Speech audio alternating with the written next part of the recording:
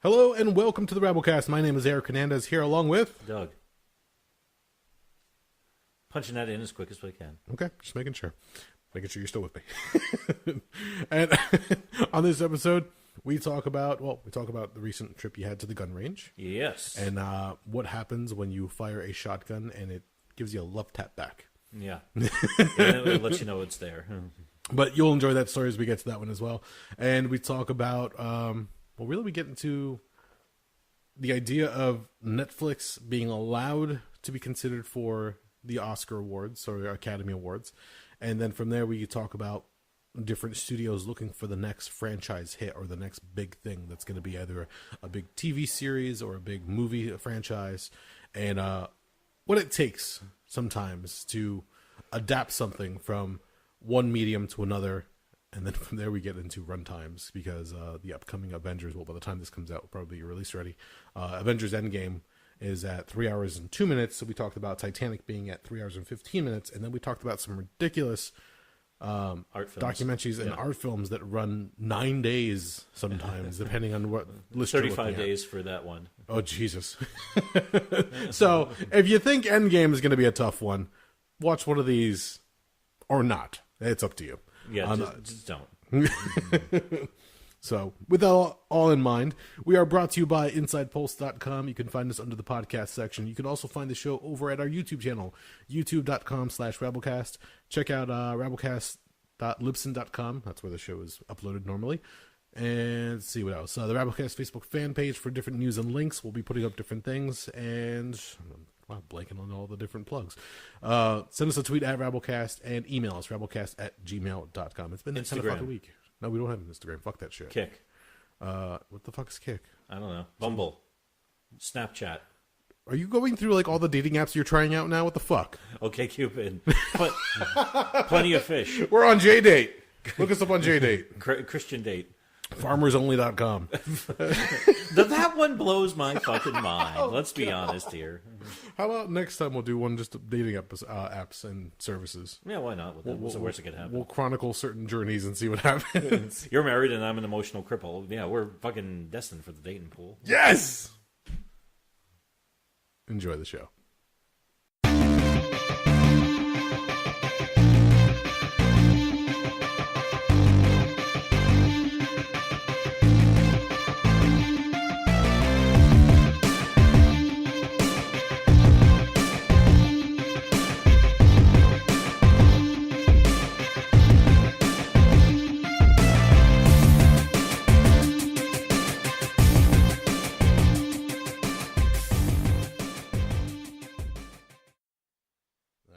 Settle in. I think we're good to go. Oh, and that's why you never trust a man named Deadeye. Why? You don't get that nickname for fucking nothing, man. Just thought he had a lazy left eye. I don't know. I'm not one to judge. Yeah, don't fuck about, and whatever you do, don't get into a duel with them. You know, that I can see. Yes. Don't demand satisfaction from them. No, that I can get. Okay. Yeah. Oh man. Speaking of guns, I got a story for you. Oh shit. Okay, I want to hear well, this. You already know what it is. I know part of it, so I know which path you're going. Let's go. So this past weekend, okay, I took friends of the show, Holly, Kriv, and Patty, to the gun range. How did this go? Very well. There were no incidents, no what have yous, nothing bad. Was there any hesitation on anybody's part? I'm imagining Kriv has no problem due to his line of work. We're not going to say what that is specifically, but... Actually, he was one of the guys who... Nobody... Okay, well, here's the big one for me. This is where I declared victory. Nobody violated any of the 4 rules of firearm safety. Okay. Nobody did anything unsafe or dangerous. Cool. So, right off the bat, I consider that a win. We went to Sunset Hills, which is just outside Tannersville, Pennsylvania, not too far from Scott Run, a.k.a. known as Scrotum. Okay. Which is, this is up in the Stroudsburg area, if you're familiar with that. Okay. So the gimmick of the Sunset Hills shooting range is instead of like at other ranges where you either rent a gun or you bring in your own shit and then you get your ammo from them, you get your targets, and they're like, okay, you're on lane 5, You've got an hour. What they do is after you do your paperwork and process in and you go out to the range, you get a firearms or / range officer / instructor who's issued to you and your party, and he's just there for you and your party. Okay. So basically what he does is he says, what do you want to shoot? And, you give him an idea of what you're looking to do. Fucking dogs. And he gauges everybody's skill set. He asks, has anybody shot before? How comfortable are you with it? Any newbies here? And he kind of gauges from there. Okay. So, yeah, we got this guy. I already forgot his name. I think it was John. He was off the fucking wall. But he was kind of... It was John, also known as Tiny. Are you making fun of me? No. We're about to, though. Since you're like the little voice out in the distance. I was going to say, well, you've thrown your hat into the ring, so yes, you are now on the podcast, Holly. See, if I didn't know any better, I thought she was about to flash me. That way she was like pulling her shirt down. We're getting to that. Hold on. Yeah. we got a lot on this episode today. Okay, so the guy's name is John. The guy's name is John, a.k.a. Tiny, who is from what I gathered, he was a combat veteran from the United States Army. And, yeah, and he was very animated and lively, but part of what they do there is they also, a lot of them, everybody has their own style with it. Some of them are kind of more straight into the fact. Some of them are kind of throwing some jokes to kind of lighten the mood, especially if you have some newbies, because a lot of people can be intimidated if they've never fired a firearm before, because, it's some serious shit. I mean, if you're doing something for fun and what you're doing can lead to severe injury or death, you need to be taking it seriously and paying attention to safety and all that. But, Absolutely. But the beauty of it is when you go to shoot, basically the guy walks you through how to hold the gun, what your sight picture should be, the right way to squeeze the trigger. More importantly, if you're doing anything unsafe, the guy kind of stops you and corrects you and walks you through everything. Okay. So, yeah, it was a pretty good time. Not to sound like a gun bro, but what kind of hardware were you using? I'm glad you asked. So, I was keeping in with my tradition. If I'm with somebody and they've never shot before, I usually recommend they start with a .22 pistol. Because that was the very first thing I started with, was .22 LR, .22 long rifle. Which, for anybody who's not familiar with it, .22 LR, it's a very light cartridge.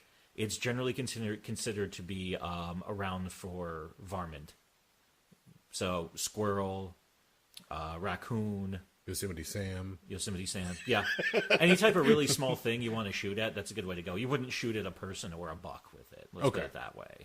I always hear that 22, especially the cases where you hear somebody using a 22 in a suicide attempt, it's probably not the best way to go about it because the bullet just pretty much rattles around in your skull. It really doesn't like go in or out.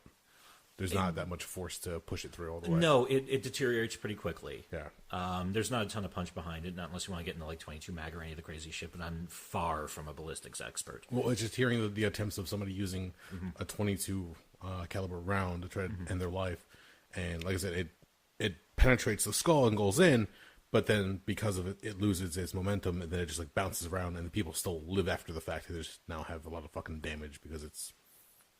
I've never heard of anybody surviving actually taking a 22 to the head. Yeah, there's... I don't it you, but could yeah. be I could be of like listening or recalling this from a movie or something I read. I can't remember which one it was off the top of my head, but there's their story where I don't know if they went through the jaw at the bottom, like through the neck area or through the temple, but they try to shoot themselves and then the bullet like bounces around. But they're unfortunate enough to the point where it does enough damage, but it just leaves them like fucking like a vegetable. I've heard an account of somebody putting a pistol to their temple and pulling the trigger, but they were having it too far away from where the brain was actually sitting, and they blinded themselves. Oh, shit. I've heard of somebody who did under the chin, that one scene in Lethal Weapon, but they angled it too much outwards, so it basically punched up through the soft palate and mauled part of their lower half of their face. Okay. But yeah, in terms of actually penetrating brain case, I've never heard of that. Okay. So, but it's not like anything I've gone searching out for. So I mean, there are accounts of people fucking falling out of airplanes and living. It's rare, but it does happen. So weirder fucking things have happened in this world. But what it comes down to is a 22 is not... No, it's a pretty soft round, light recoil. Really good for training purposes or just for introduction purposes. Yeah, and there's also, they call it plinking. There's some people who prefer shooting 22. Okay. Because you can shoot 22 all day long and your wrist and your shoulder or whatever are not going to hurt. In fact, a lot of times, if you're using the right kind of equipment and subsonic ammo, which I'm not sure if they make subsonic, but if you do the right kind of things and have the right equipment, you don't even need hearing protection. Oh, wow. Okay. Yeah, because they've actually loosened up the laws on suppressors in the last year or two. Okay. They're stupid expensive, but you can buy them because, yeah, they don't... It's not like the movies where you get that sound or whatever the fuck it is. Yeah. When somebody puts a silencer on a gun. That Hollywood sound that you know. Yeah, that Okay. doesn't happen. Okay. No. If you put a suppressor on it, yeah, it's going to break up that concussive wave that makes the cracking noise when the gun is fired, but it's not going to completely take it away. Okay. But anyway, getting back to the point. So, yeah, we started with a 6-hour 22 caliber pistol. We all took some shots with those. Then after that, we moved on to the classic, the Beretta 92 FS, chambered in 9mm, which, you know, not like I like that gun or anything, but that's the gun I usually go with. After that, we did a 38 special revolver. Okay. And after that, we went to interestingly enough, the guy, I said, like, let's try a rifle, because we've just been doing pistols so far. And the guy said, we just got an AR-10 in. And I said, I'm not sure what that is. It looks like your standard AR-15 / M4, whatever you want from that Armalite rifle family that Eugene Stoner came up with in the late 50s. Okay. Except this one, instead of being chambered for 223 or 5.56mm, it's chambered for 308. 308's a big fucking round. Okay. 308, you can go hunting with that round. A 308, that was the round that the M1 Garand, one of the main battle rifles of American forces during World War II, that's what that fired. Okay. So, yeah, we tried that out, fired a couple of rounds with that, and then the final fun and the ridiculous was Holly said, I want to fire something big and stupid.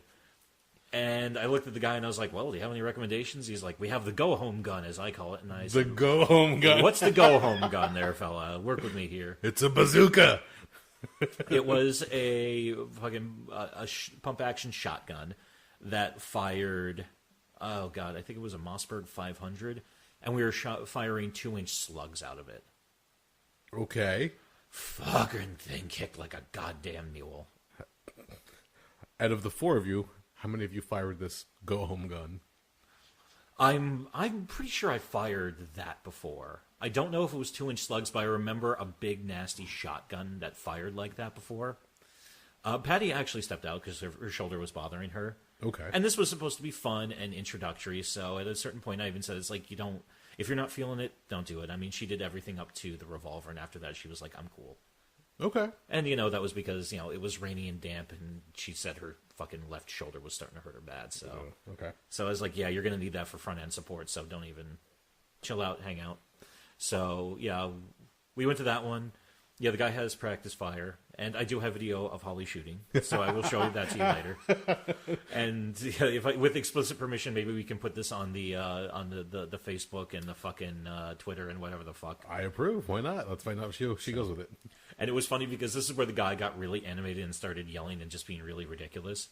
Where he would be like, all right, after you do that, he was like, all right, now pump the slide and send some freedom downrange. America, Obama, Bush, George Washington. He just started yelling ridiculous shit trying to get you pumped up. Are these actual quotes?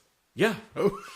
Yeah, that's the guy who just went wild. He was just like, he was hamming it up for the go home. Not that we're going to do this for the release if she agrees to it, but you should take that video and omit his audio and then just put in Torg from Borderlands. If I knew how to do such things, maybe I would. But yeah, as they say in a lot of RPGs, yes, I have not unlocked that skill level yet. Fair. Okay. So it was a good time. We did a lot of fun shooting. My biggest problem, actually, the interesting thing there that happened was the 5 times I've been to that place, this was the first time they called a ceasefire. Oh, really? Yeah. So for those who don't know, if you're at a firing range and all of a sudden you hear somebody screaming cease fire, that usually means somebody did something stupid and unsafe. And at that point, you're supposed to unload whatever you're shooting, leave the action open or the cylinder open, depending on what you're holding. When you say unload, not as in fire out. No. That's where you dump your mag, you clear the chamber, or you open up your cylinder, you push the plunger so it pushes out all the rounds, all the cartridges. Okay. You put it on the table, or you put it on your bench pointing down range, and you take 5 to 10 steps backwards. Okay. That way, everybody can figure out what's going on. Over there, I'd never dealt with this before because it's a very controlled environment, which is why it's good for first-timers. But Patty actually even asked and said, "What does that mean?" And I was like, "Usually I hear that. That means somebody did something unsafe." Okay. And what was the case? I'm pretty sure a goose or something like that landed on the range, landed downrange. Because I heard somebody say something about that. That fucking goose. Which is not uncommon because, yeah, we're in the Poconos, you're in the fucking woods. Okay. So I'm surprised they actually got that near because, you know, as you can imagine, with a place where people are constantly shooting guns all day, it's loud as fuck there. That's a fair point, and you would think you would stay away from the loud noise, especially if you're a bird. Yeah. So it's not like, oh, loud noise, let me see what's going on over here. Yeah, I didn't get it either. Oh, loud projectiles flying past my head. Yeah, so, yeah. It's that one goose from Duck Hunt that always got away from everybody. Fuck that goose. Oh, the one that would kind of push up to the edge of the screen and just kind of like Yes. push along it before it disappeared. And it doesn't matter where you click with the gun, that box is always just off a little bit. And you're like, I had him in my sights, so fuck you. Yeah, that hitbox made me want to put my fist through a television many a time. But so yeah, it was a good time was had by all. We didn't get to everything I wanted to do. I mean, I wanted to, you know, at one point, like I said, we asked Criv. He was like, "Oh, let me try a rifle," and you know, and Holly wanted to shoot something big and dumb. So there were some other things I wanted to fool around with, but we never got there. So it was fair enough. Okay, now we'll see the video in a little bit, but what was Holly's reaction to the go home gun? She's got one hell of a nasty fucking bruise on the right side of her fucking clavicle area. I do recall seeing the bruise. She posted it online, and it looked oddly shaped. So I was like, "What the hell?" And then when I read what happened, I'm like, "Oh, okay." Actually, she had, and Criv had the same issue with the shotgun that I actually had the first time I fired a shotgun. Okay. Everybody is a little bit too gentle with them. In terms of, they kind of gently start applying pressure to rack the slide to chamber the next shell. Mm-hmm. No, you fucking yank that fucking thing. okay, Because, yeah, these things are designed to take a beating, especially the heavier duty ones like that. Yeah, so you don't just kind of gently start applying pressure. Yeah, you just jerk the fucker into place. now was the bruise because of the chambering the next round? Oh, or no, it was the recoil because it Okay. was I think it was a Magnum slug. Oh, shit. Which, yeah, I mean, in addition to it being a 2-inch lead slug, for those not familiar with it, if you're shooting slugs out of a shotgun, it literally is that. It's just a big, ugly chunk of lead. Doesn't really have a shape to it. It flies out like fucking crazy, but whatever you hit with that thing is going to get fucking torn the fuck apart. Yeah, it makes a nasty gaping hole wherever it lands. So, One of the things I recall, and I think Jimmy talked about this before, one of the last times him and I went to the range together along with a former coworker of ours, Jimmy decided to rent a shotgun and he got a box of slugs because they didn't allow birdshot or buckshot in an indoor range because it would have bounced all over the place and hurt somebody. okay. So he was shooting at a paper silhouette of a person with the slugs. And yeah, after he shot one, he just kind of took a step back, looked at it, and he just kind of got queasy. And I asked him, I was like, "Are you okay?" And he said, "All I could think about is the massive internal damage that would do to a human being's core." And I was like, "It's not going to fucking tickle. What the fuck do you want?" Then he goes home late night and stress eats lots of Wendy's, and then there's a lot of damage going on to his core. Well, this was actually after they left the company, but yeah, they're designed to, yeah, like I said, you're not going to shoot somebody at 300 yards in the head with it. It's not an accuracy thing. But if somebody's nearby and you hit them with it, you just tore out a big chunk of their fucking goddamn body. Now, I fired rifles, I fired handguns. I don't think I've ever fired a shotgun. Really? I don't recall, not off the top of my head. But for people listening, if you're going to hold a shotgun and it's going to be butting up against your shoulder, do you want it up against your shoulder or do you want some room in between? No, you want it up against the shoulder. Okay, You so don't you want wanna- it actually hitting the fucking shoulder. Kicking back and just You knocking it away. You want to push it in there and fucking eat the recoil, just straight on. Okay. Because also when you have it in there like that, then if you kind of let your body, number one, a lot of it will absorb. Yes. And other than that, it's going to push like hell. I mean, you got... I have no bruise. I mean, granted, I've got a nice chunk of muscle right there. Yeah. But also on the same account, it's just, I'm not sure why but also, it's not something I go for all the time because there's no, you don't do accuracy or, what's the word I'm looking for? Not continuity. When everything's the same. Continuous. Not continuous. You want to be accurate and you want to be consistent. Consistent, okay. Yeah, you don't really do that with a shotgun because it's not as aerodynamic as your standard bullet. Yeah, no, you just pick a large area and you go for that. Yeah, I mean, actually, the funny thing is, without going too much into the ballistics, which I've if anybody out there is curious, when people talk about the spread of a shotgun, it's nowhere near as wide as people think it is. No, because I think when people think about a shotgun, you're not using slugs. You're at that point you're using buckshot or yeah. or like you hear stories sometimes where nobody wants to use actual bullets or ballistics. They'll use like rock salt, and that like spreads out. Yeah. So it just hurts like a motherfucker when it hits you. Mm-hmm. But yeah, it's a different story. You're talking about a slug, which is more concentric type of ammo. So again, it's not going to come out in any particular shape. It's just going to be a large slug flying out. Well, no, I'm speaking in the spread pattern. Yeah. No, okay. I'm talking about the difference between the two. Yeah. Because slugs are very different, whereas this buckshot or the other type, that does spread out and cover a larger range. Because it's like when they say like a 6-year-old with a shotgun, eventually you're going to hit something. Yeah. So... But no, the point I was making is I saw a guy, if anyone's curious, there's a YouTube channel called Demolition Ranch. The guy does a lot of... If you're ever curious about some of the weirder stuff you can do with a gun, that's the man to go look up. He's got some interesting videos. Some of them are kind of silly, and he's got a weird sense of humor, but it's generally quite interesting, where he actually did one where he set up targets at, 10 feet, 20 feet, 30 feet, 40 feet, and he started throwing double-aught buckshot at it. Okay. So you can actually see, and then he'd come over and he'd measure and be like, here's your rough radius, so at 30 feet, this is what the kind of spread you're talking about from each edge of the paper. So it'd be like, okay, at this rate, at X number of feet out from where it's being fired, you're going to get Y number of inches of spread. Okay. So, yeah, it was not the most scientific thing in the world, but it was a good analysis of how it actually worked. Okay. So it helped me understand the concepts a little bit more. Well, I'm recalling, because I'm just trying to remember when we went the last time, I think, is when we fired the G36 assault rifle. Oh, that was December 2, 2014. And when the guy told You should us, remember, it was like a week before your wedding, you asshole. Well, for the listeners, when the guy gave us the gun, he said, go to semi so you can just get a feel for the gun, and then when you go full auto, just like lean into it. And that was the same thing we were talking about with the shotgun. You put it up to your shoulder and you eat the recoil, because at that point when your body goes backwards, you're not necessarily walking backwards, you're just tilting back on your your hips, or like your fulcrum essentially. So you'll start slowly aiming upwards the longer you hold the full auto. So you just got to keep that in mind and just try to focus on your target. Because I remember when I went full auto, I felt the guy's hand on my back as I went backwards, because I started tilting back, and the guy's like, just reposition. So, bend your knees a little bit, get a little bit lower, and just keep firing so you don't go crazy. Because they call that barrel climb, if I remember correctly. Yes. And I'm willing to bet also they instructed that guy to do that, because I'm sure they didn't want anybody firing their fancy fully automatic rifle and tearing up their fucking ceiling.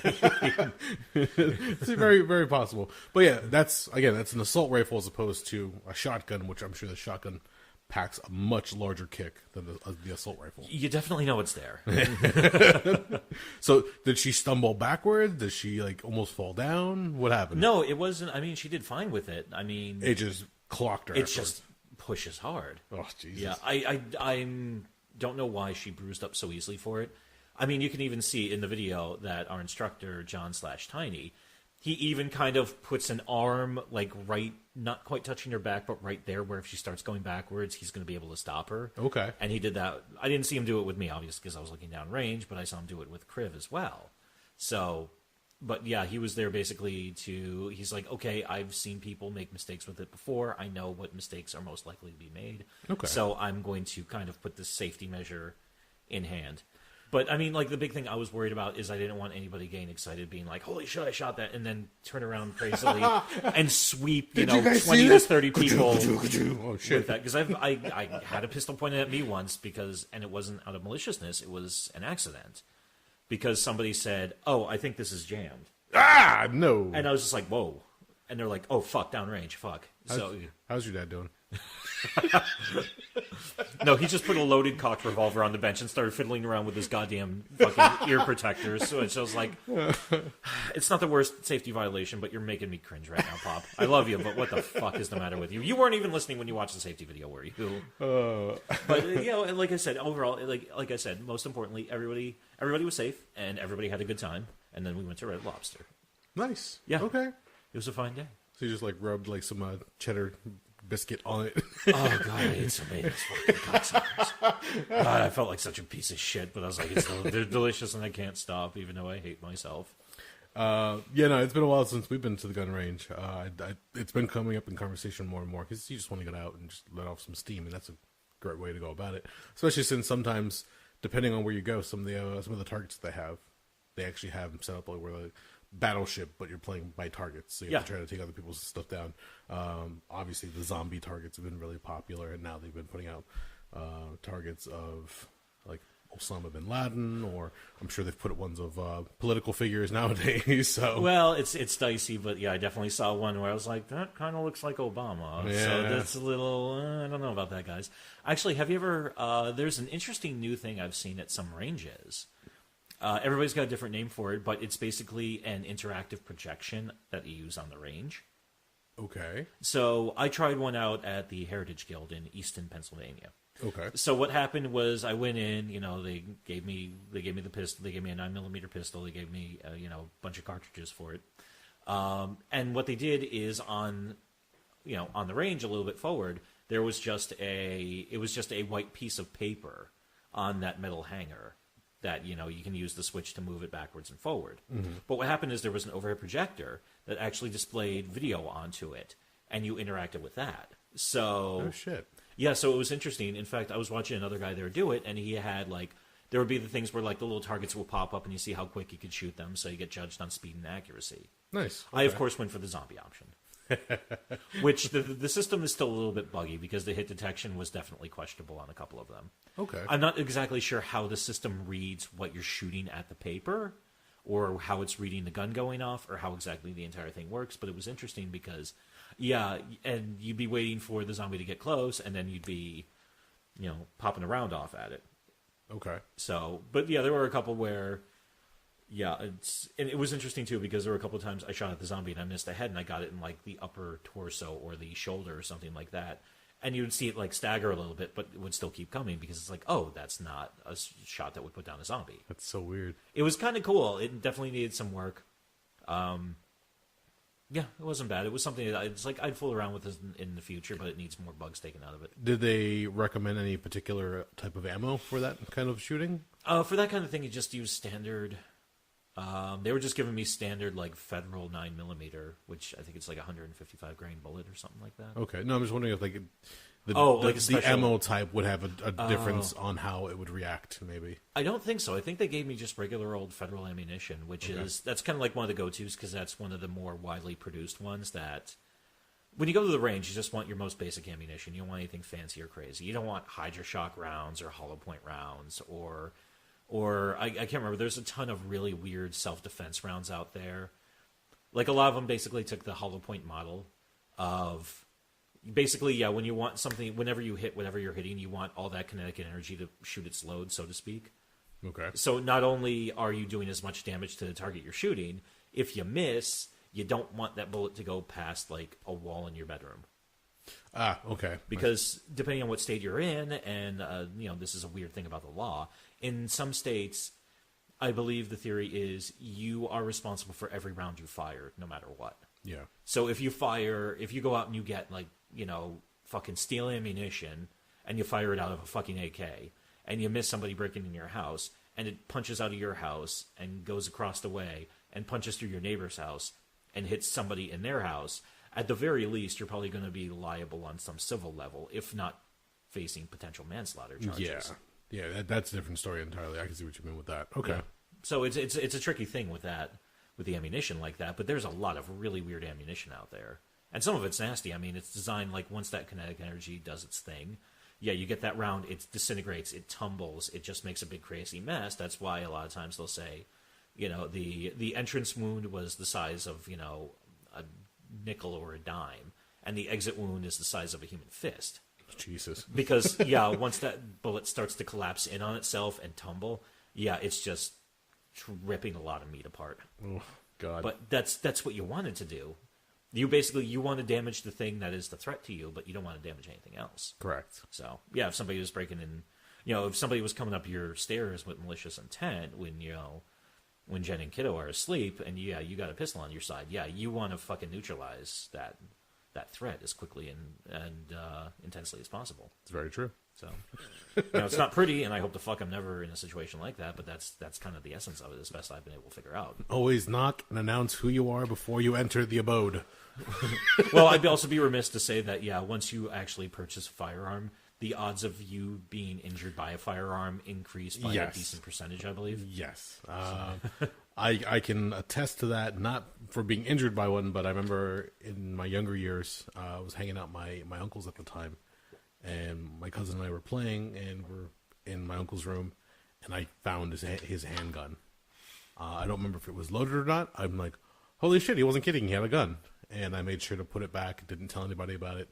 I was like, this is the moment, even like, the after school special or the news story was a child found a handgun and pointed it at his sibling or family member, and it accidentally went off. I'm like, fuck, I'm just not touching it. I'm not gonna go any further. Cool that he's got one. Like, I was fascinated by the gun itself, but I just didn't want to fuck with it because I knew my cousin was younger. There was a bunch of other people in the house.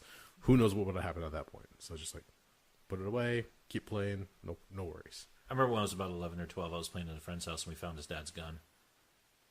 How did that turn out? I mean, obviously you're still here. How's your friend doing? We weren't interested in the gun. We were going for his porn. It's like, fuck the gun. I don't care about that. He's got a couple issues of Hustler here. Let's get some action going. Put the hardware away. Let's see what's going on here. Yeah. It's like, I'm not interested in I'm not interested in the gun. I'm interested in my boner. I remember also, I can't remember what age I was when we went down to Guatemala, and my uncle down there allowed me to fire off his handguns down there. And we're in his backyard. Like, it didn't fucking matter where you were. You could find a fire gun anywhere in the town. Nobody would say a damn word to you. So long as you're not hitting somebody else or destroying somebody else's property, you're fine. So we're in his backyard just taking shots at a makeshift target. I remember when I saw the pictures after the fact. At the time, my hand was like tilting down a little bit. I just wasn't aiming well with the gun. So. Anticipating the recoil, or just no, just not having any real discipline when it came to how to hold a gun. Ah, okay. Because a lot of times when you go to the gun range, they usually tell you to use two hands. Here I am with one hand. I'm probably 13, 14 at the time, just holding it willy nilly, just shooting into the backyard. But had I had better instruction on it, because he was pretty much just like, here, just put one bullet in at a time and have fun. I was like, have fun? What the fuck? He goes, yeah, the target's back there, have fun. It's like, hey, while you're doing this, you want a beer? He probably did for me a while. It didn't fucking matter then. He just did whatever the fuck he wanted. It was his property. But those are fun. Yeah, like I said, I've fired some handguns and rifles here and there. I would like to try, like I said, I really don't recall a shotgun, so I'd like to try that. See how that feels. Well, maybe we should take a ride out to the range and get a shotgun and a pile of fucking shells and do some shit. I challenge you to a game of Battleship. All right. Actually, what I'm more interested in nowadays is, I've gotten to the point where, and I haven't gone all the way up the mountain. The biggest thing I ever shot was a 44 Magnum. Which, don't get me wrong, after a box of 50 cartridges of that, I was like, and my hand hurts like a motherfucker. But I was... there's some bigger stuff out there I could fuck about with, but also I'm kind of at that point now where the interesting thing that I'm still dealing with is, I want to get accurate and consistent with shooting, because there's, it's cool when you put out, I think they usually say it's like a pistol after 18 or 19 feet, your accuracy with the thing just drops like a stone, not because of skill set or anything, but just because of the nature of what it is and what it does. So, trying to push that envelope, because, there's some people who train specially with it and just have a good eye for it and specially made gear and, the really expensive higher-end pistols. Yeah. They can get wildly accurate out to, 40 feet, 50 feet. I've even heard in some cases like 60 or 70 feet. No, really? But, you're talking like, crazy-ass competition-level motherfuckers, so. Yeah, and also, let's also mention that when you do any type of shooting at a gun range, you can sit there and practice all day long and just build up the muscle memory or just the reflexes so you get more attuned as to what you're trying to shoot at. But also mentally, sometimes it can affect you where something happens. Either you have like some kind of a traumatic experience or a car accident or something like that, and then you try to go back to the gun range, and that might throw you off a little bit. Like other shit will just come into play where you just, like you were saying, anticipating the recoil or just the loud sound of it all. It just it throws you off in a different way. Oh, no. The first time I walk into the range, usually, if I'm going shooting, usually the first magazine or so or cylinder of rounds, I usually suck with because I usually have to re-remember everything I should be doing. So it's like, oh, yeah, don't fight the fucking recoil. Don't do this. Put your hand like this. Change up your stance like this. Even out your breathing. So actually one of the more interesting things I've heard was Kriv was telling me when he went for pistol qualification for his job. Mm-hmm. One of the things they had him do was they had them doing push-ups and running in place for a minute or two to get their heart rates up and to get them sweating and pumping. Okay. So, and then they had them shoot to simulate being in more of a physically stressful situation. Okay, that's because smart. more often than not, you're not going to have time to slowly load your magazine and then load the magazine and then chamber your round. And then, slowly take aim and set up your sight picture and think about your breathing and think about hand placement.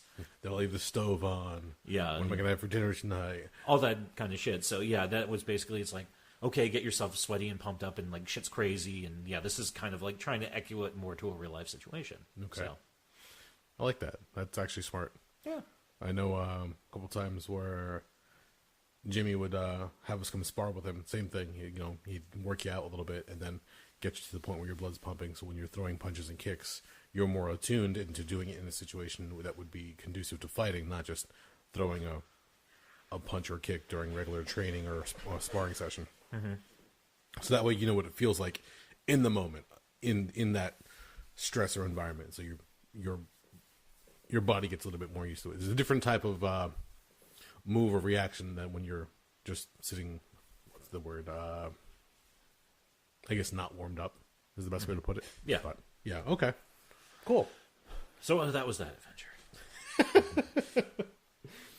And everybody's willing to go again? Like, was there anybody afterwards going like, oh, that sucked, or that's not for me, or... No, everybody had fun. In fact, Patty even said it's like, I'd love to go on a day when it's not so cold and damp, so, my shoulder isn't, giving out on me as much.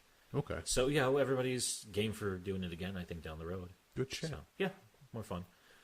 It's given, once you kind of get that first run of it out of your system, then I'd be more comfortable taking a lot of them back to, like, someplace where you rent the lane and you rent the whatever you want to shoot, and you're kind of, they're like, the range officer sets you up with a weapon, says, do you need to run through on how this works? If you say yes, they'll show you the basics of it. If you say no, they're just like, do your thing, and I'll be back here if you have any questions. Kind of leave you off on your own to your own devices. Okay. Yeah, so this one I don't think it takes as much babysitting. Plus, also given the fact that, over there, it's pricey just by virtue of the fact that you have a trained professional standing a foot away from you at all times. Yeah. So, they charge, I think for 6 shots with the 22 LR, I think it's like $7 or $8. You could buy a box. You could buy a box of 122 LR rounds at a gun store for a box of 100, mind you, for probably about $12-$13. Wow. Okay. Because they're jacking up the price because everything's in the price of the ammo. So the more you shoot, the more you pay. Yeah. But that's the weapons are in that. That's the instructor's service in that. That's your. The other thing other than that they charge you for, that's your time on the range. That's everything rolled up into that one single cost. All right. Now, dumb question. Shoot. This was brought up to me one time, and I wasn't sure how to answer it. Do you tip the guy at the end of the whole thing, or no? Yes. Do you? Yeah, they have signs up that say, the guy will never ask you, or gal. I've seen some female instructors there, too. Yep. But they have signs up there and says, yes, they call it, it says something along the lines of gratuities are appreciated for a job well done. Okay. So, what do you tip a guy like that? Guy or gal? It depends on what you're feeling. I usually tip between $20 and $30. Okay. Yeah, nothing crazy. Just pull a couple of bills off. Because I never thought about it. I'm like, no, that would be something you would tip for because they are providing you with a service. And they're keeping you alive. Well, so you just need to fire something stupid. It's also one of those things that's dependent on because I don't know exactly what they get paid up there. Okay. So I don't think they're getting paid like $2 an hour or anything stupid like that because this is not a waitressing job.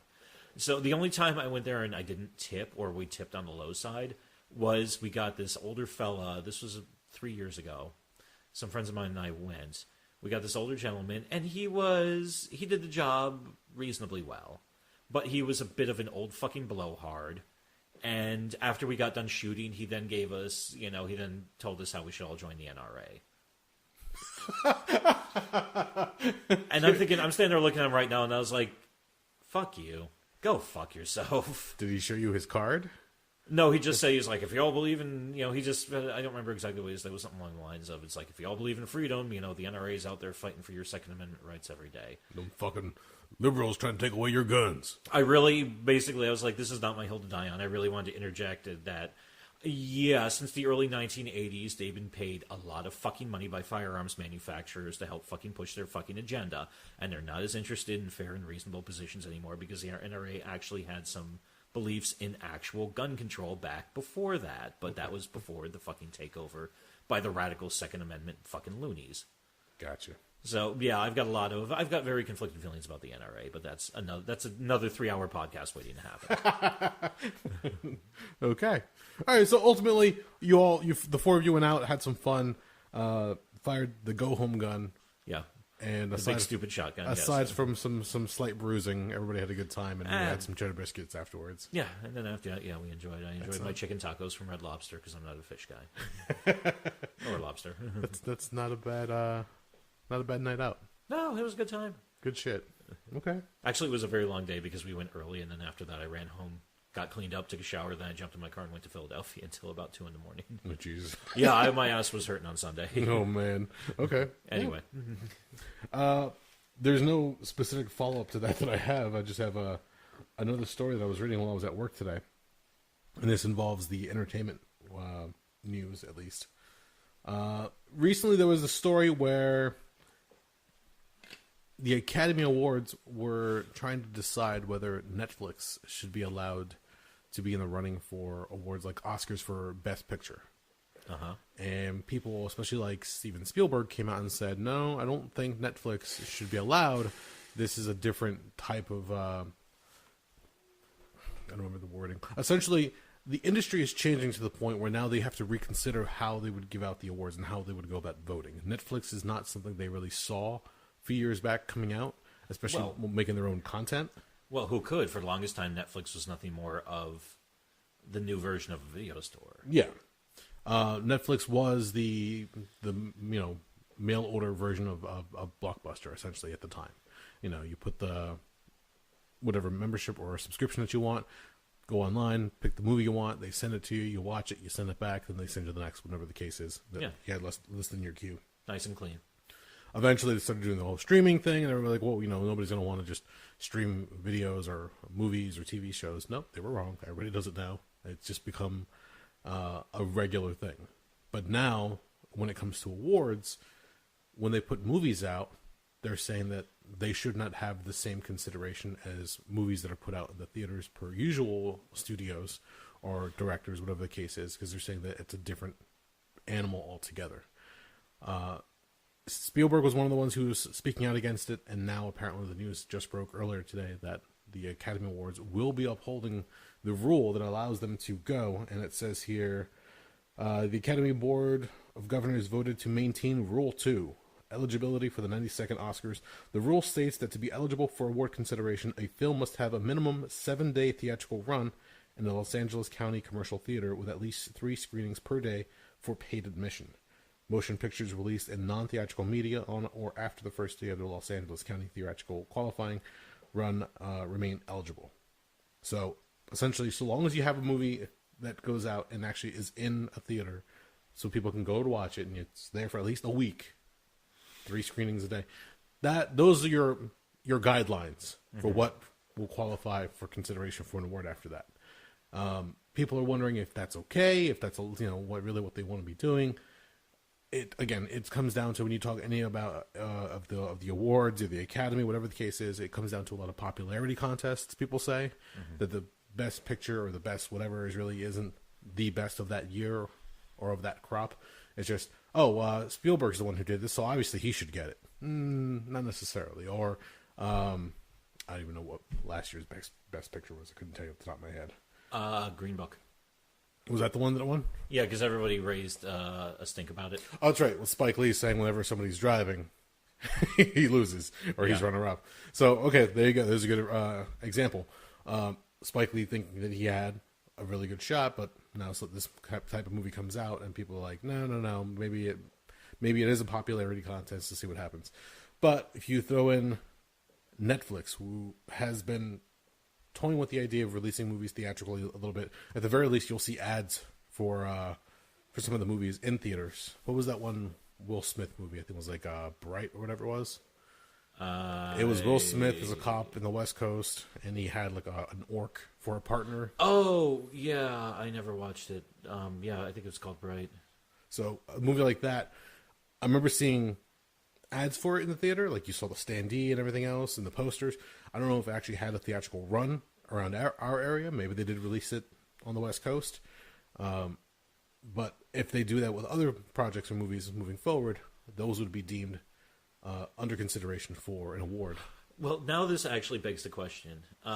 So as far as I know, and I'm far from a fucking expert on this, Netflix doesn't have the Oscar boner going on. No. So, but if they ever did decide they want to add a prestige piece to their arsenal, Yes. yeah, then they're going to find a way. It's like, okay, we need a theater in Los Angeles County to run this basically 21 times. 3 times a day, 7 days for 7 days. Mm-hmm. So, yeah, then I'm wondering about, okay, who do we have to grease to get this in there? Exactly. And from a business standpoint, I can see them wanting to do this because I know they won some awards recently as far as Oscars, and not for Best Picture, Best Director, but they got some under their belt. So that helps them from a business standpoint because now they can say that, oh, the stuff that we're putting out is Oscar worthy or at least award worthy. Mm-hmm. So that just makes it more enticing for them to try to find other projects that they can put out. You go on Netflix now, a lot of material that they're putting out, you'll see a Netflix original or Netflix film, Netflix, whatever the case is, Netflix series, and they'll start putting out different things. So they're dipping their toes in TV series and movies and documentaries, a bunch of different things. So they're willing to put out there whatever they can find. What that means as far as return, not just in subscriptions and viewership, but also now the consideration for awards, because that gains more attention, that gains more eyeballs on the product, and that's just another thing for them to sell and say, hey, look, we're doing all this shit. Then you've got people like Hulu. Hulu's been toying around with doing little documentaries here and there. I don't know if they've been doing original films. Amazon's had TV shows and films coming out. And then what was the other one now? Can't remember the ones after that. But other streaming services at this point. Apple just released their streaming service plan. So they're going to be starting to make original content as well. Disney Plus is going to be doing their own stuff, but they have a huge library of things to choose from. Not to mention, they also have now majority ownership in Hulu, the streaming service, ever since the buyout of Fox. So does every streaming service, if they make an original film or a documentary, whatever the case is, if they release it for that 1 week out in LA and have the mandatory run of whatever viewings per day for those 7 days, can they just put out different pieces here and there just to go for the consideration? Not like they're trying to win Best Picture. Like, yeah, let's just throw our hat in the ring, see what happens. At the very least, it's going to be sent out as a screener. Someone is going to have to watch it. Someone is going to have to consider it. It's going to be, amongst the crowd of other movies. It sounds like if they want to, and it's not even like a backdoor action. They know exactly what the Academy Award is upholding, and I'm sure they'll know exactly what they have to do if they want to be considered for any type of nomination. Whether or not they'll get nominated, who the fuck knows? Exactly. Because as we all know, a lot of that shit is voted on by crusty old douchebags. And that's what I say. Pardon me, crusty old white douchebags. With Steven Spielberg, what he's talking about. And don't get me wrong, I'm a huge fan of Spielberg's work. I've watched a lot of his films growing up. He made a movie or two. Exactly. But for him and the old guard, so to speak, they're trying to say that, things are changing, and now the sanctity of our work, our art, our industry is no longer the same, and why should they be considered? It's like, you see, now this just screams of the old guard not willing to change with the times. Yeah. Because that's what this is. Netflix and all these streaming services, nobody really saw these coming at all, but now that everybody sees it, everybody wants a piece of the pie. So everybody was releasing a streaming service of some shape or form.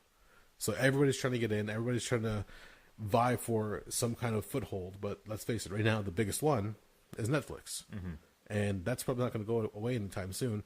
Not that they have a monopoly on anything, not by any means whatsoever. And all it takes is some server space and content, and you can have your own streaming service. But they've got a pretty good market share, I'd say. Yes. There was a story recently that HBO, now some of the business meetings have been saying that, you guys have been doing really well with your Saturday nights and Sunday nights. You know, you have your Game of Thrones or whatever hot popular series at the time. They're saying, but we need to put out more content. So now they want to have something Monday through Friday as well. So HBO's been having fun time. They'll find a series or a couple things here and there they'll put out. Like Pete Holmes. Pete Holmes has Crashing, his comedy series, which is a retelling of pretty much his story of coming up through the comedy scene. Really fun series, but it's not something that you would consider a television series. It's just something that came out on Sunday nights. Game of Thrones is the biggest one so far. Everybody's going crazy, especially since it's in its final season and you're going to have a big blowout battle. That's been getting so much notoriety. They even took a year off to do this final season, and now everybody's pretty much watching. Like, you go on social media Sunday night or the next day, and everybody's talking about Game of Thrones bullshit left and right. Oh, I'm at the point now where I hate it because it makes ranking headlines on CNN, Yes. Huffington Post, Slate, a lot of other news sites, and all I could think is, this isn't. Well, I guess it's entertainment news, but this isn't news. No, so. not by any means. But like I said, Sunday night is reserved currently for Game of Thrones. Before it was like Mad Men or Sopranos, whatever the big show was for them. But now they're saying, as far as the people in the boardroom, they want more. Oh yeah. So now they want a Monday night. Now they want a Tuesday night. So every night they want a different show that's going to be bringing in viewers. Well, more importantly, now everybody's looking for the next hot property. Yes. You know, because Game of Thrones is almost done. Yep. Sons of Anarchy's been off the air for 4.5, 5 years now. Wow, it's been that long. December 2014 was the season or series finale. Sopranos has been off the air for 12 years. Useless side note, they're actually put out an open casting call for, I think, April 25th if you want to be an extra in The Many Saints of Newark, which is the Sopranos prequel. Yes, I did which hear about that. Michael Gandolfini, son of James Gandolfini, is going to play a young Tony Soprano. Yep. But all these shows have gone away. Mad Men's obviously long gone. Actually, I don't even remember what network Mad Men was on. Mad Men was, I want to say it was AMC. Okay, that sounds right. So yeah, I misspoke earlier when I said HBO, but... And even if you think about it, Walking Dead is, at this point, probably a fucking mercy killing because I've heard the fan base is starting to turn on it because it's gotten kind of overblown. Yeah, that's how long can you stretch that out for, and all these convoluted storylines of these characters surviving time after time. Especially if you think about it. I mean, that show kicked off in the fall of 2010, so that one's getting a little long in the tooth. Yeah, actually it is. So it's funny if you think about it, there's really I'm not sure what the hot TV show is right now. Or what's going to be left. On a quick side note, not only are they doubling down on The Walking Dead, because they have The Walking Dead, Fear the Walking Dead, and then the recent storylines has pretty spun off the character of Rick Grimes.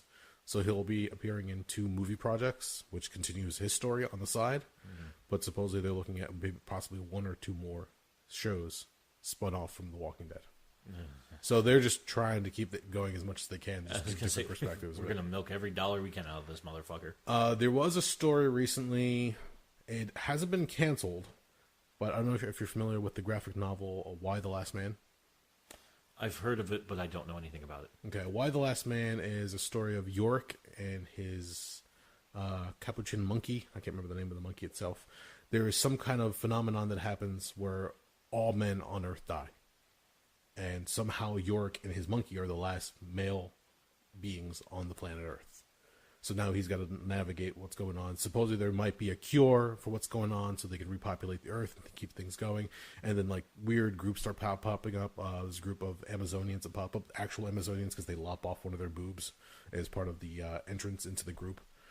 Yorick's mother, just through the succession of people in the government, she ends up being the president of the United States at that point because everybody else prior to her has died in this phenomenon. And it's just this ongoing story of him going around and just surviving because there's like secret agents coming after him.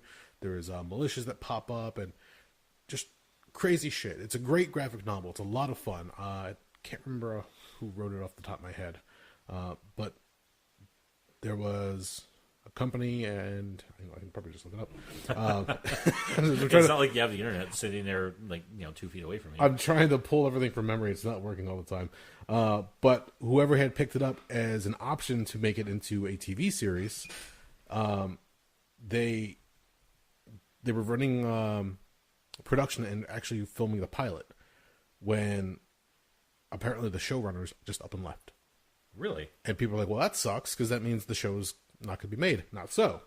The showrunners left probably due to creative differences, but it looks like they're going to continue and just find new people to do show running for them. So great for the guy who wrote the comic, because that means it's probably going to get made regardless. But it threw a monkey wrench into the whole thing. We're like, no, it doesn't mean it's canceled. It'll eventually be made. It's just now, unfortunately, it's not on the same schedule that they were hoping for. So it was Brian K. Vaughan who wrote it, and does it say here, was it effects who was trying to make it? So yes, ordered series at FX, and they were hoping that put it out and screen it for a couple of different people, say if they like it or not, put it to order, make a bunch of episodes. There's a bunch of different volumes in the story itself, but now they're saying that it's going to be retooled as far as the show itself and probably scheduling. How many graphic novels did it consist of? From what it shows here, of course, it doesn't tell me outright. Son of a bitch. Let's find out. Right Is now. there an omnibus? I'm sure there is for this one. I would not be surprised. So let me just look this up real quick. Do the magic of editing. I might leave this in. I don't know. Whatever. While you're doing that, I'll talk about something else. Sure, go for it. Something else. Something else. Something else. Oh, speaking of graphic novels, I'd like to see turned into something of use. Or a TV show or a movie. Actually, nowadays, nobody wants to make a fucking movie anymore. Everybody wants to make a goddamn television show. Which, what a swing from the fucking 90s when television was trash. Well, yeah, because now, I know I mentioned this one on here before. Back when Eddie Murphy went to go do Beverly Hills Cop, big movie for him, funny guy, comedian, turned actor, fantastic film. They offered him a chance to go back to TV, and he said, "Why would I want to go back to TV? I was just in a movie. Yeah, I want to stay in film." So that was the idea back then. That once you made the leap from the small screen to the big screen, you want to stay there. There's no reason for you to go back, unless maybe in his case, like I guess an appearance on Saturday Night Live just for nostalgic purposes, or just plug a new project. But nowadays it's quite different. Now if you get a series, again we're talking about Netflix and all these other streaming series and shows. If you're able to get a series of some sort, you want to milk that for what it's worth. Make sure it works out. AMC with The Walking Dead. With the recent announcement of Supernatural now coming to its final season after 15 seasons, something like that. Oh fuck! It started in 2004 or 5. So yeah, almost 15 seasons now. Yeah, but the actress who played Maggie on The Walking Dead, I can't remember her name, off something Cohen. She was apparently in one of the earlier seasons of Supernatural, but her character was written off.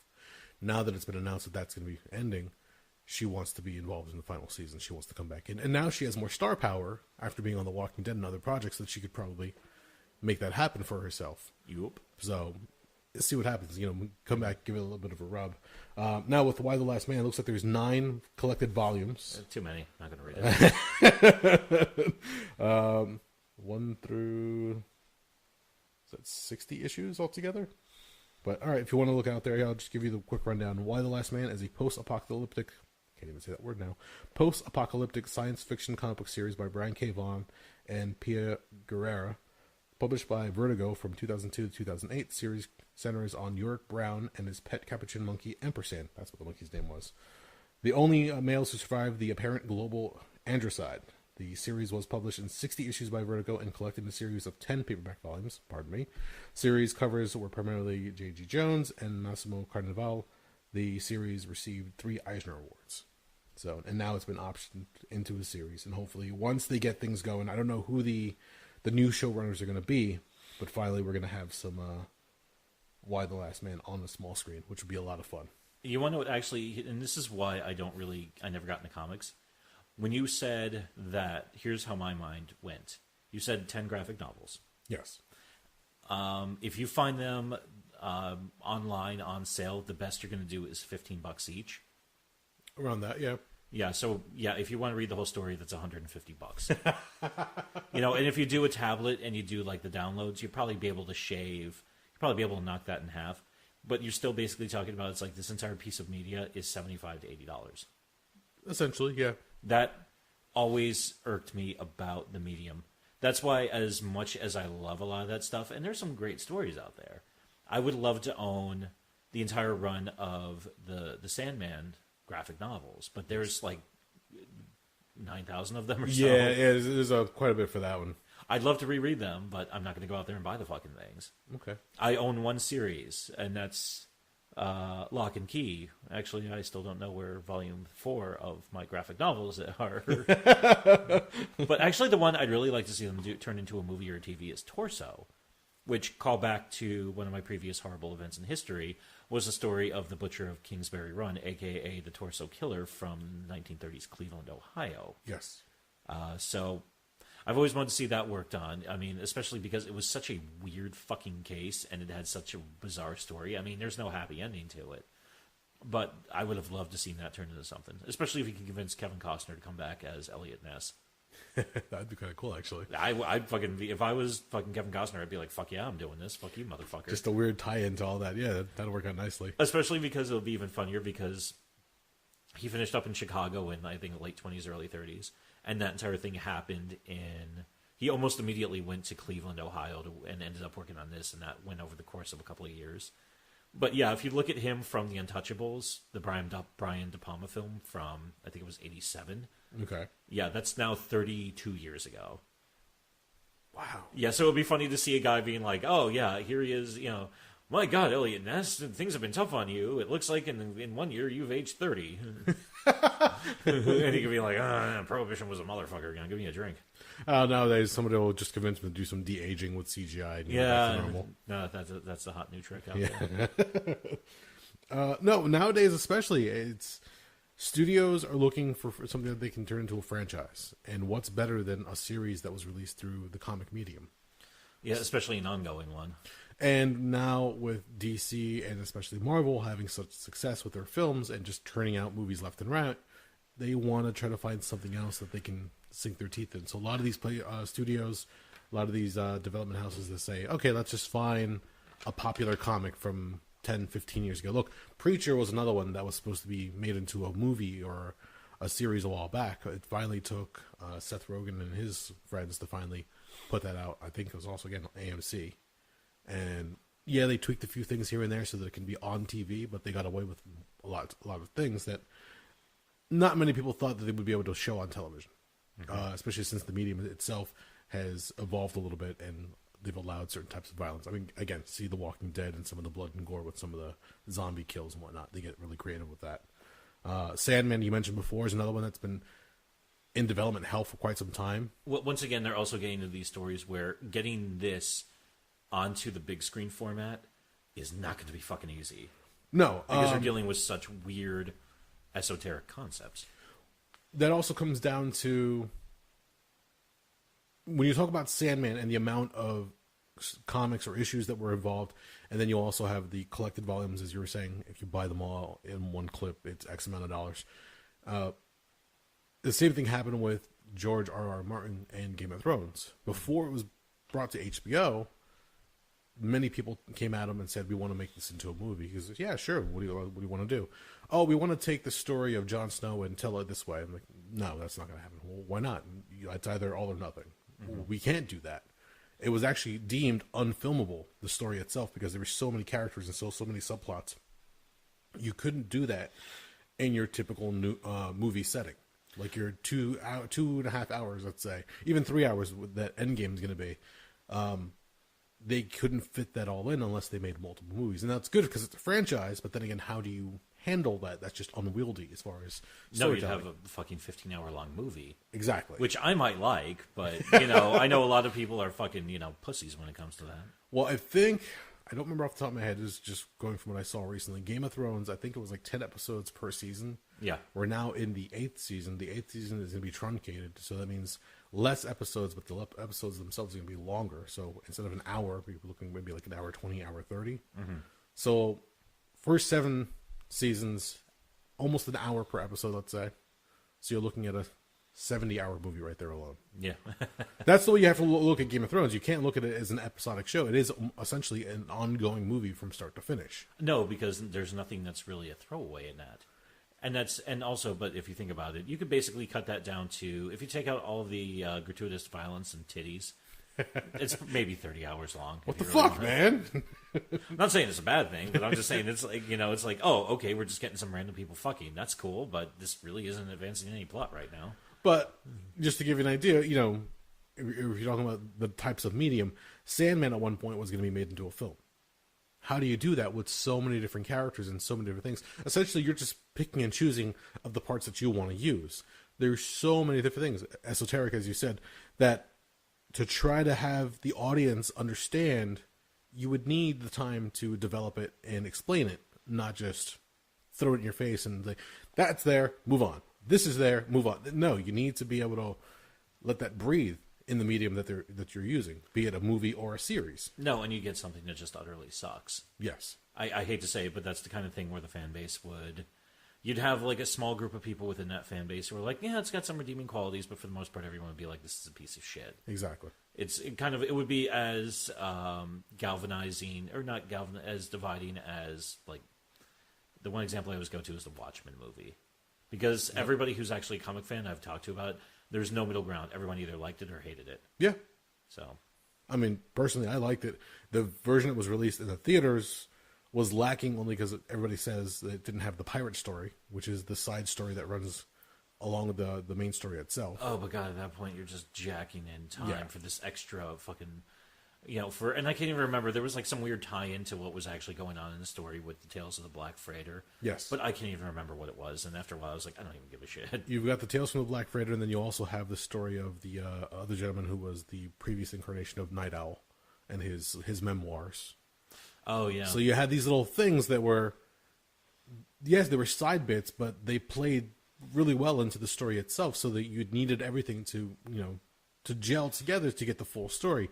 And it's fine when you're reading it in a trade form. It's all collected for you, so you don't have to go with the work. You don't have to wait for the next issue. You don't have to wait for the next installment, whatever the case is.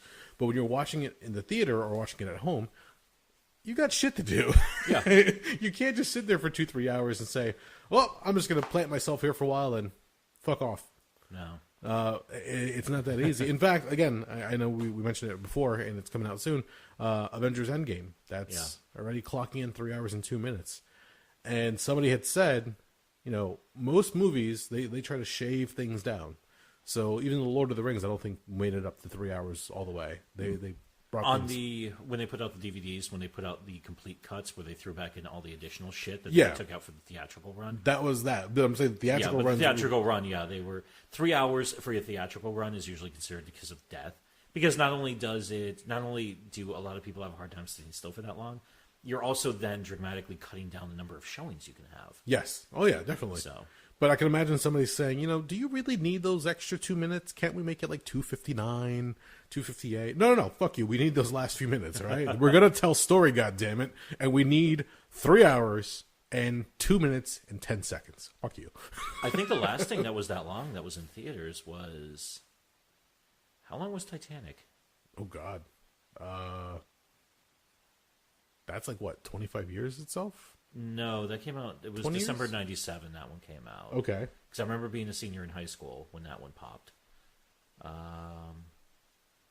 And I hate to say it, I remember that fucking Celine Dion song from it, but I never actually saw it because I was kind of irritated by them using this really fucked up maritime tragedy where a lot of people died as a backdrop to their stupid fucking love story. 3 hours and 15 minutes. 3 hours and 15, there you go. So yeah, if in the right hands, that run length can do really well, depending on the story and who's doing it. You're looking at Endgame, 3 hours and 2 minutes. That's a culmination of, 10, 11 years worth of storytelling now? An 11-year long story that's finally getting wrapped up. Yeah, and from all the early reviews so far, because all the press viewings have been going on after the red carpet event this past Monday, they're saying it's a satisfying conclusion. Yeah. You have to wait and see until it comes out and, judge for yourself. But, yeah, you're right. You limit the amount of runtime that you have. So, showings, I should say, at theaters, so not as many. But people have just been going nuts for it. Like, so far, early ticket sales have been crazy. Yeah, they broke Fandango. They broke Fandango. There were stories of people paying thousands of dollars for tickets for opening night. Which is so dumb. Because, you go on Fandango, it's like, Number one, if you really had to see it as soon as you could see it, you would have been on there as soon as you could. And I know a couple of people who did that, and that's fine. But yeah, at the same account, it's like you're basically saying saving an extra few hours and waiting to go see the next screening is worth X number of thousands of dollars to me. Yep. That's a little much. I believe there was the one story I read in, I think it was Essex County. Somebody paid, I think it was like 2 tickets, a few $1,000s for them. Here in Bridgewater, somebody paid $1,000 for a single ticket. Yeah, there was like upwards of 15 to 25,000 on eBay. All right, if you're paying this much money for a ticket for opening night for a movie that's about to come out, you've got too much fucking money in your hands, and you should be doing something with it other than paying for a fucking movie ticket. Yeah, that's just a little too much. Especially on top of that, I looked up our local theater. They're doing showings basically every 20 minutes. Yeah. They've probably devoted more theaters to this one film than ever before in the history of theater. The demand is really high, and there's some theaters that are actually going to be staying open 24/7 just so they can continuously run the film just to get as much out of it. Oh, yeah. Now, granted, it's going to be for the first 2, 3, maybe 4 weeks that the demand is going to be so high. I think for the first week, people are going to be like this, and I think after that, they're going to be like, okay, let's kind of pump the brakes a tiny bit. Well, it depends. Because at that point, the people who are really going to have to go and immediately need the instant gratification, they're going to get it out of their system. True. And then everybody else, and then you're going to have, after that, it's going to be the more casual people or the people who hate dealing with crowds going to see it. And of course, I know somebody went to go see Infinity War 3 times. Wow, really? Theaters. No, pardon me, he went 4 times in theaters. Fuck. Yeah, so he's probably going to be doing that. He's probably going to be going just as many motherfucking times. There was a guy recently who they said set a record for watching Captain Marvel, the most recent Marvel movie, 116 times in the theater. Wow. That one just hit you like a... God, that sounds exhausting. That's a lot of time. That is 232 hours, give or take. About that, yeah. Because I'm ballparking. In fact, I think it's more than that, because I think the movie was more than 2 hours long. I believe you're right, yes. So that's almost 10 days of their life. Devoted to that film, yes. To watching one film. Yep. No, I've watched a lot of movies multiple times. Same here. And there's a couple of movies I've watched quite a few times. But never in theaters. And I'll be perfectly honest, usually it was laying in the comfort of my own bed and I was half asleep or asleep.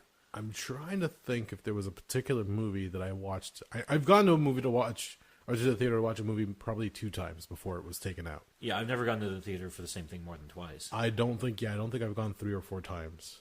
That was pushing it for me. I think I went to go see The Crow twice, and I think I saw The Dark Knight twice. And that's all I could think of. I know The Dark Knight I definitely saw twice in theaters. The Crow at the time was much younger, so I only got to see that once in theaters. But yeah, there's a bunch of different films. Yeah, you're right. When you get it at home and it's on DVD or back, it was just VHS. At that point, you were just hindered by how fast your VCR could rewind the damn tape. Especially back, in I hate to say it, but back in our day, we had limited entertainment. So a lot of times, if you managed to cobble together the money to actually buy a VHS tape, when they finally lowered those in price to being a viable option to pick up, yeah, when you had those, that was like gold. Yeah. Yeah, because I remember, if somebody even said to you, it's like, oh, can I borrow your videotape of this? You were very hesitant about who you would loan that to. Kind of like how it was with CDs, where if your one idiot dirtbag friend wanted to borrow it, you're like, I'm going to need some collateral here, man. Let's see. The other film, I only mentioned this one because it's also directed by James Cameron. Avatar, 2 hours and 42 minutes, so not even 3 hours there. Close to it, but... Okay. And who knows what's going to happen with the other movies that he's making. I don't know. He's filming 4 of them at the same fucking time or something stupid like that. He's got, I think, 2, 3, and 4 for Avatar planned out already. I think 2 and 3 have been filmed back to back. I'm not sure about the other one. And then he's also working on a new Terminator film. Yeah, I heard about that. They're bringing Linda Hamilton back, I believe. Yeah. We'll see what happens with those. But really what it comes down to is we're talking about a lot of places are now looking for, we talked about when different firms say, oh, we want a viral video. Well, you don't make a viral video. You make a video in hopes, if you're putting it out there. It might go viral. Yeah. in that same respect, they're looking for the next blockbuster hit, to the point where they're even hitting up some of the lesser-known comic book companies. So companies like Valiant or Malibu Comics, they're getting some of their IPs looked at now because of there might be something here. Not necessarily. It didn't do well in comic form. What makes you think it's going to do well in either TV or movie? Don't get me wrong. I could be, talking out of my ass, and who knows? When they release, I think what was it called? Valiant Comics put out a comic called Bloodshot. Okay. Which I think they had Jason David Frank, a former Green Ranger from the Power Ranger days. He has been tapped for one of them at least. So I don't know if that's a TV series. But apparently they're also making a Bloodshot movie, which is going to be starring Vin Diesel. Okay, so, take that for what you will. That might go one way or the other. Vin Diesel does have some star power and some clout nowadays. Oh, yeah, most definitely. But I don't think it's going to help the character Bloodshot that much. I don't think it's going to be the runaway hit that they're hoping it's going to be. Or people will get lucky and they'll end up with a franchise out of nowhere. Since we're talking about Vin Diesel, Fast and the Furious, to the point where now it's got X amount of films in it, with 8 or 9 films, not to mention the recent release of the trailer for Hobbs and Shaw. Well, Vin Diesel isn't happy about that. No, not at all. So, yeah. But if you look at that trailer, that looks like a lot of fucking fun. Oh, yeah, I plan on going to see the drive-in with some friends of mine who I go to see Fast and Furious movies with. How many times? What? Are you going to go 3 or 4 times to watch that one? No, just once. Okay. That's nice, clean one. No, I don't want to have that much fun. That's irresponsible. I just looked up the list of theatrical releases with the longest runtimes. Okay. And it just kicked me to a Wikipedia article that just of the longest films ever made. And wow, this list is insane. Okay. Give me top 5 maybe? Top 5. Let me see. There's 1, 2, 3, 4, 5. Number 5 is, I don't know how to pronounce this. It's a German film from 2006. The name of it is Matrjoschka. Matrjoschka? I don't fucking know. Sure. Running time, 5,700 minutes, 95 hours. What the fuck? Well, we're in the weird experimental film wing right now. Okay. Number 4, a film called Untitled number 125, open parentheses, Hickory, close parentheses, from 2011. Running time, 7,200 minutes, 120 hours, or 5 days. Jesus Christ. Beijing, 2003, 9,000 minutes. Oh, fuck. Modern Times Forever, 14,400 minutes, 240 hours, or 10 days, released in 2011. And the winner, from 2012, a film called Logistics. Runtime, 51,420 minutes, aka 857 hours, or 35 days and 17 hours. What the fuck? Yeah, I looked up Logistics, aka Logistics Art Project. It's a 2012 experimental art film conceived and created by Erika Magnuson and Danielle Anderson. At 51,420 minutes, it is the longest film ever made. They did the writings, released December 1st, 2012 in Sweden. Let's see. In 2008, Magnuson and Anderson asked themselves where modern electronic gadgets come from. They conceived the idea to follow the production cycle of a pedometer in reverse chronological order from end sales back to its origin and manufacture. The route of the journey commenced in Stockholm, then proceeded through Insjön, Gothenburg, Bremerhaven, Rotterdam, blah, blah, blah, blah, blah, a bunch of other Swedish names I don't understand. It was filmed in real time during a trip to and in locations at a factory. Okay, that's why it's so fucking long. Jesus Christ. So they started with somebody buying the pedometer, then they literally walked or drove the camera back to wherever the distribution point was before it was sent to the store. Then back to wherever it was before that. Then back to where it was manufactured. Okay, so that explains why. Because they were traveling. Some of the locations were in China. So, yeah, they were just traveling all over fuck time, just recording. They were just recording themselves walking around. So they just left the camera on. Yeah, it was like a stupid, overblown version of Lord of the Rings. Probably more entertaining than that fucking movie, though. They left all the B footage in. So this movie was probably maybe an hour and 12 if they cut out all the other stuff. Fundamentally speaking, yes. There's a reason why when you go to a movie theater and you watch a film, when they change scenery or, the next area is, introduced in the film, They do a wide shot of the area, and they put a title card, Portugal or Beijing or whatever, and then they go into the scene, and you might get a few shots of the locals, and then they give you whatever the main characters are doing. Okay. Would you like to hear the actual list for the cinematic films as opposed to weird fucked up art projects? Yes, please. Okay. Number 5, Shoah, which I believe is about the Holocaust. Yeah, it's a French documentary about the Holocaust. Okay. Your runtime was... Oh, fuck you, Wikipedia, for being a twat. Pardon me, folks. I have to get back down to the right area. Shoah was a runtime of 9 hours, 26 minutes.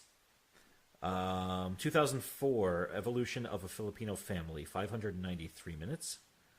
Out One from 1971, 775 minutes. La Flor, 807 minutes. That one came out last year. And the winner at 873 minutes from 1987, Raison, The Journey, which is a documentary film by Peter Watkins made between the years 1983 and 1985 on several continents, and structured around the theme of nuclear weapons, military spending, and poverty. Ordinary people are asked about their awareness of these issues. That actually sounds interesting, but I don't know if it's 873 minutes worth of entertaining. You know what? Suddenly Endgame seems doable. That seems like a walk in the park compared to this. Unless the end of Endgame is just... They make the journey of where each of the Infinity Stones came from, and you have to actually go with them on whatever spaceship ride or trek on foot. Then that becomes what years of footage. Basically, yeah. As you've got some dickhead just flying through outer space, like on his way to whatever the fuck planet. Jesus fuck! All right, well there you go. That's there are people out there who will push the limits of better judgment, I think. Because if you're making a film that long, imagine screening that for somebody, and you're like 2 hours in, like I gotta go. No, there's still 8 more hours left. At that point, yeah, I don't think I'd be able to hack that. I'm actually going through the list of the theatrical ones. I'm trying to find something I've actually heard of, and so far I've heard of none of these. Well, I do believe we've just struck upon why somebody invented Cliff Notes. Because really, you don't need to sit there 9 days to watch something that you can just get in maybe like an hour conversation or explanation. Yeah. Or even in the slideshow in PowerPoint. Fuck. Yeah. Okay. So there it is. Yeah, movie studios will try to find anything and everything that they can exploit, make into a franchise, but especially nowadays, making a movie really isn't the way to go. They want at least 2 to 3 movies, see The Lord of the Rings. And they try to get the most bang for their buck. And if they can't do it nowadays in the theaters, because let's face it, there's a lot more to deal with as far as budget, costs, the theaters themselves, who gets a cut of what. Nowadays, if you can just make it into a series, get a good showrunner, play it out over 10, maybe 15 years in the case of Supernatural, then you can get something. You can build a brand, you can build notoriety, and eventually everybody wins. It's involved in the project. I like to think the guys from Supernatural have some nice bank after so many years. I hope so, especially with the sheer volume of syndication. Because if they end up on the convention circuit, scrounging for cash, would you like a Polaroid? Like pretty much the Virgil spot. They're already doing that. There's actually a Supernatural convention out there. I know that there's a convention, but I'm saying like... if they're just still doing it like 20 years from now, like, hey, remember us? Yeah, well, like nowadays, the guys from the Arrowverse, Green Arrow, Legends of Tomorrow, The Flash, Supergirl, they've been showing up at conventions and doing photo ops. Because people found out you could walk away with a trash bag full of money by the end of the weekend and make a lot of money that way. But that's because they're riding off the coattails of their current success. Yeah, you got to strike while the iron's hot and make that green. 15, 20 years from now, they're still doing that same thing, and they're trying to scrounge for whatever money, and that trash bag gets smaller and smaller every week. Well, it's a different story. But yeah, they're going to look for what they can. Franchises, especially in comics, because Marvel's done so well, especially DC, and they're going to find whatever storylines or whatever series they can translate into film or into a TV series and just go off of that. And in certain cases, it's going to work. I would love to see Sandman. I really would. But I want it seen done well. Mm-hmm. Why The Last Man? I'm still holding out hope, even with the bad news of showrunners walking away. That's just creative differences. Maybe something wasn't gelling well. American Gods is another one that's Yeah. been playing out recently. I think Starz has that one. So it's not as easily accessible, but from the few episodes that I watched, I liked what I was seeing. So slowly but surely, a lot of these things that you've just been relegated to either books or comics or other, forms of media will find their way to the small and big screen, and hopefully they will be done well, and we can all enjoy them, and they'll get more exposure, because a lot of these stories are really told really well. Otherwise, people are like, "Did you read this one?" No, I don't have time for that. Okay, you might not have time for what would be 60 issues for Why the Last Man. Okay, you don't have time for that. Maybe a few seasons, a few hours at a time. Maybe we'll see what happens. All right. Are you good? More than. I think we beat this one up pretty well. Oh, yeah, we did a good job of that one. All right. As usual, if you've made it this far, thank you for listening. We are the Rabblecast.